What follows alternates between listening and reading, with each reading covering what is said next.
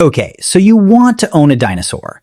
Not a documentary about dinosaurs, not a museum skeleton you can walk around and take a selfie next to, an actual, living, breathing, blinking dinosaur that you personally own. The way other people own a dog that ignores them, or a cat that judges them. Bold goal.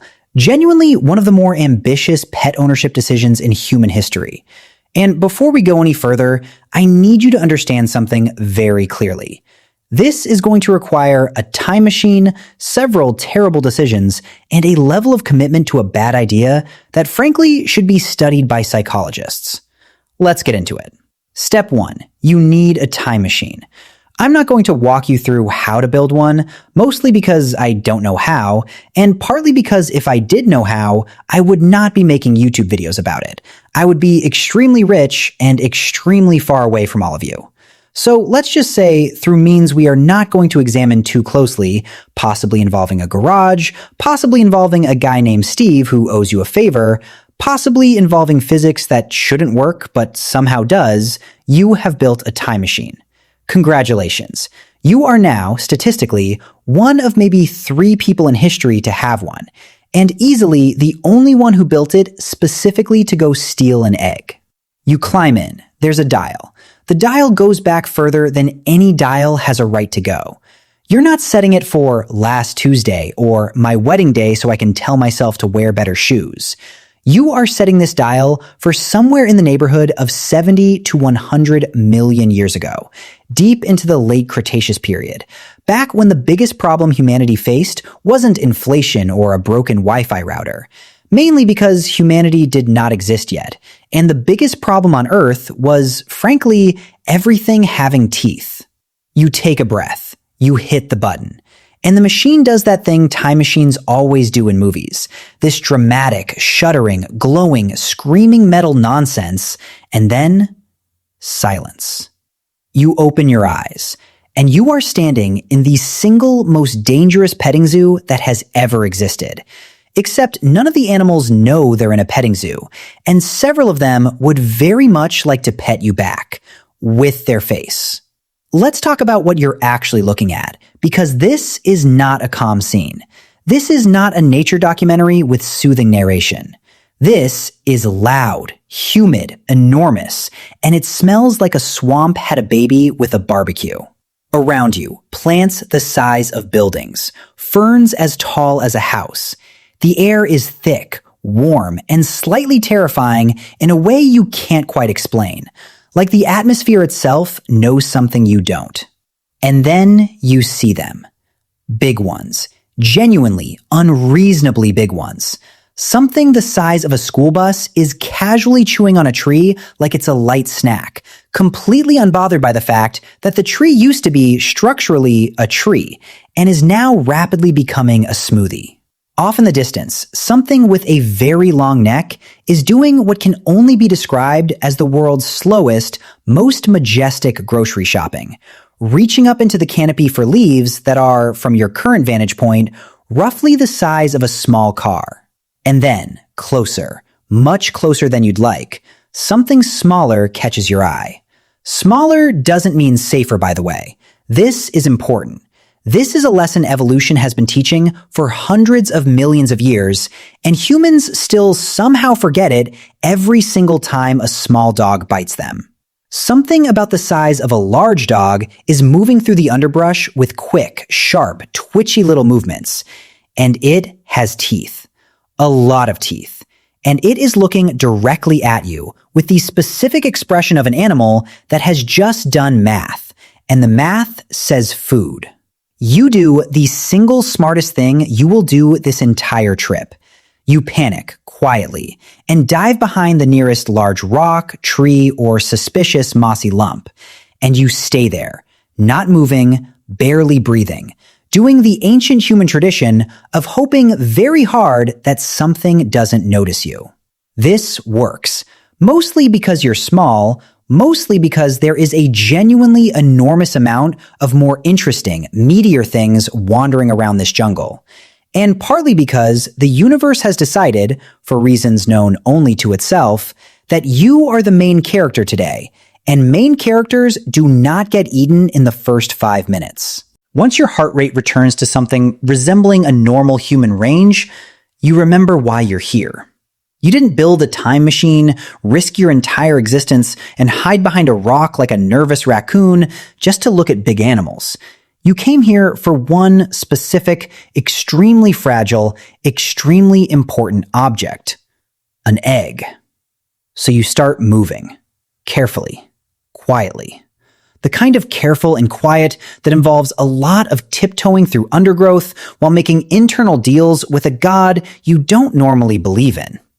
You're listening for footsteps, for that specific low rumble that means something enormous is walking nearby, for anything that sounds even slightly interested in you as a snack option. And after what feels like both 5 minutes and 5 years, you find it. A nest. Actual dinosaur nest, tucked into a clearing, a mound of dirt and vegetation with several large, leathery, oddly beautiful eggs sitting inside it like the world's most terrifying Easter basket. And then, because the universe loves a plot twist, you notice something else. The mother, sitting right there, right next to the nest, doing exactly what a good mother does, which is guarding her children from any idiot with a time machine who might show up wanting to steal one. You freeze. Every instinct in your body is screaming at you to leave, to abort mission, to go home and adopt a golden retriever like a normal, reasonable human being. But you don't, because you are not a reasonable human being. You are someone who built a time machine specifically to steal a dinosaur egg. And reasonable people do not do that. So you wait. You hide in the tree line, watching, patient in a way you didn't know you were capable of, until finally, mercifully, the mother stands up, stretches in that unbothered, ancient reptile way, and wanders off, probably to go get food, probably completely unaware that her decision to grab a snack is about to become the single worst parenting mistake in the history of parenting mistakes. This is your window. You move fast. You sprint into that clearing like your life depends on it, mostly because it does, and you grab the nearest egg. And here is where the plan meets reality, because you had, somewhere in your head, pictured this egg as something reasonable. Chicken-sized maybe. Ostrich-sized at worst.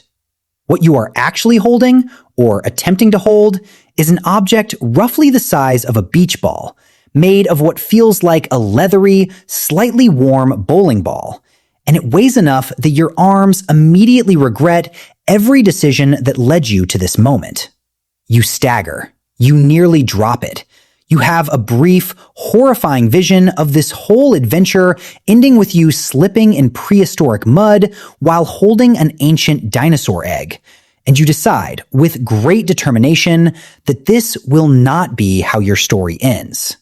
You hug that egg to your chest like it's the last parking spot at the mall on Black Friday. And you run. You run through undergrowth, past ferns, past something large that lets out a bellow in the distance that makes you run even faster. And finally, you see your time machine, sitting exactly where you left it, blessedly untouched by anything with teeth. You dive inside. You slam the door. You strap the egg in like it's a toddler on a road trip, because, frankly, it's about to be exactly that.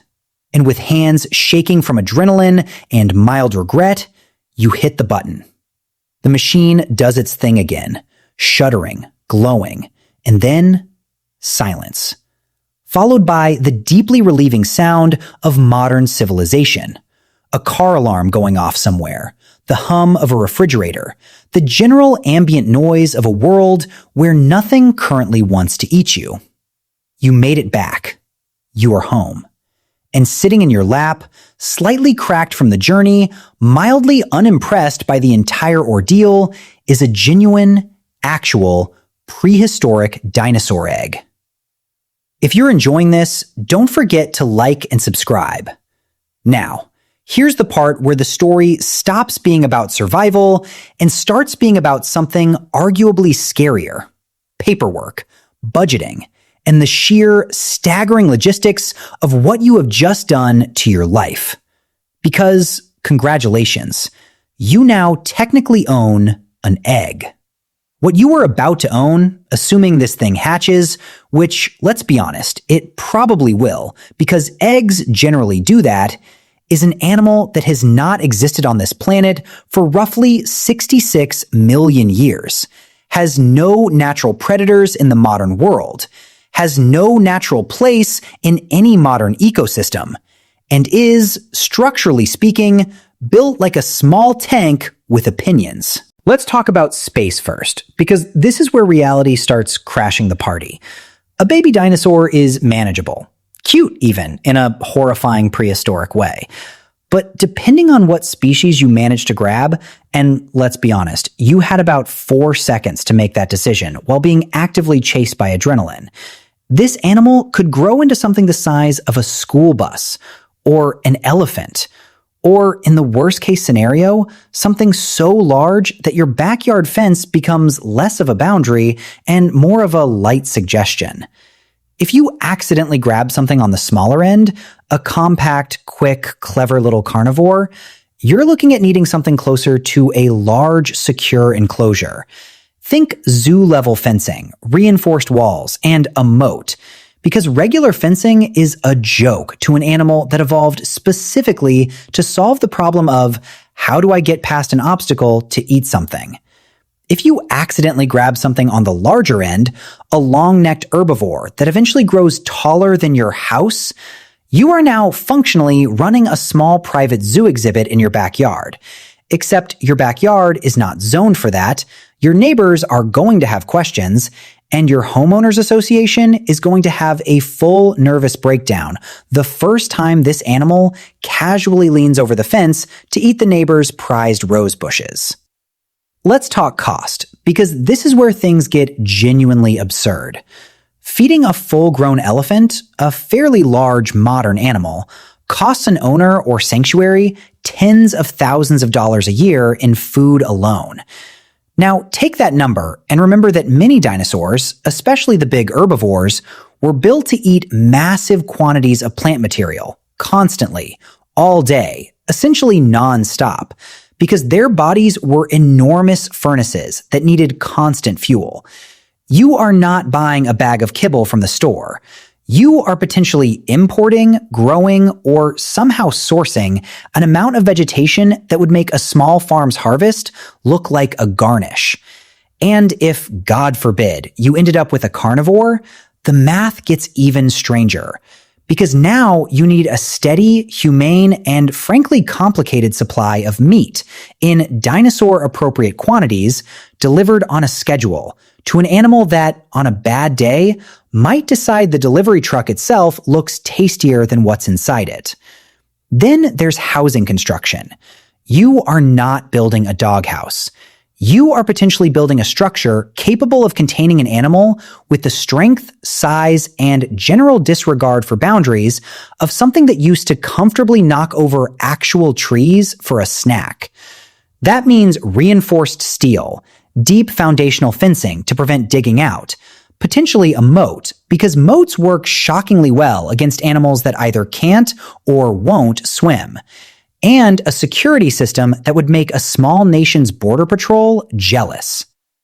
Let's talk insurance, because somewhere out there is an insurance adjuster who is going to receive a phone call that changes the entire trajectory of their career. Yes, hello, I'd like to insure a dinosaur. There is no policy for this. There has never been a policy for this. You are, at this exact moment, single-handedly inventing an entire subcategory of exotic pet liability insurance. And the premiums are going to reflect the fact that this animal, if it gets loose, is not a minor property damage situation. It's a front-page news, possible citywide evacuation, several helicopter news crews situation. Then there's the legal side, and this is where things go from expensive to genuinely complicated.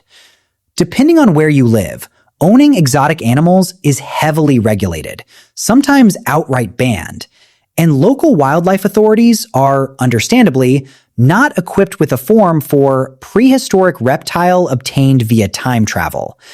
You may find yourself in the deeply strange position of trying to explain to a government official why you have paperwork for a species that, according to every scientific record on Earth, has been extinct for tens of millions of years. That's not a conversation that goes smoothly. That's a conversation that ends with several people in suits showing up at your house with a lot of questions and very little patience for the phrase, "It's a long story."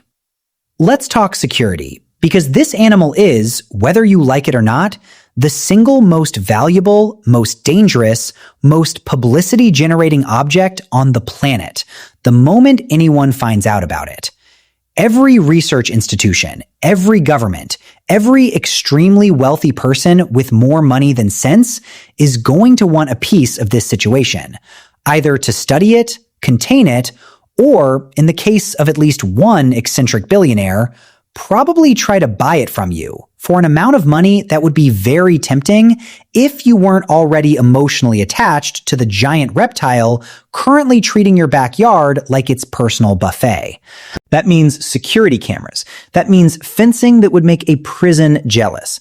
That means probably, at some point, government agents showing up at your door asking very calm, very serious questions about where exactly this animal came from.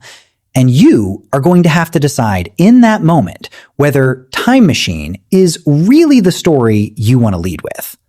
Let's talk daily life, because even setting aside the money and the legal nightmares, owning a dinosaur is fundamentally still pet ownership, just pet ownership turned up to a setting that shouldn't exist. You still have to clean up after it. And depending on the size of the animal, that is not a task. That is an industrial operation requiring heavy machinery. You still have to make sure it gets enough exercise, except enough exercise for something the size of a bus means it needs actual acreage to move around in, not a backyard, an actual functioning ecosystem-sized property. You still have to worry about its health. Except there are exactly 0 veterinarians on Earth with any actual clinical experience treating a living dinosaur, meaning every single medical decision you make is essentially an educated guess based on fossil evidence, modern reptile and bird biology, and a very significant amount of hope. And you have to think about its emotional life too, because here's the thing nobody warns you about. This animal is now permanently, completely alone. There is no other member of its species anywhere on this planet. You didn't just bring home a pet. You brought home the literal last of its kind, an animal that is going to live its entire life without ever meeting another creature remotely like itself. Which, if you think about it for more than 5 seconds, is genuinely one of the saddest things imaginable, tucked quietly underneath all the jokes about backyard fences and insurance premiums. So let's add it all up. Enclosure construction costing potentially hundreds of thousands of dollars, depending on the size of the species. Feeding costs that could run tens of thousands of dollars a year, easily climbing into 6 figures for a large herbivore that eats constantly. Security infrastructure rivaling a small research facility. Legal fees, because you are going to need a lawyer, possibly several lawyers, possibly a lawyer who specializes specifically in extinct species obtained via unconventional means. Insurance premiums that don't currently exist because no actuary in history has had to price this risk. And an ongoing, permanent commitment to caring for an animal that is, biologically speaking, completely unprecedented in the modern world. You wanted to own a dinosaur. What you actually ended up owning is a full-time job, a legal nightmare, a financial black hole, and somewhere in the middle of all that chaos, a genuinely unique, genuinely remarkable creature that trusts you, and only you, because you are, quite literally, the closest thing it has to family in this entire era. Was it worth it? Ask yourself that the next time you're standing in your backyard at 2 in the morning, reinforcing a fence with your own hands, watching an animal that hasn't existed for 66 million years sleep peacefully under the stars, completely unaware that the person standing guard over it built an entire time machine just to give it a chance to exist again. That's the real cost of owning a dinosaur, not just the money. The responsibility of being, for one single impossible creature, the entire rest of its world.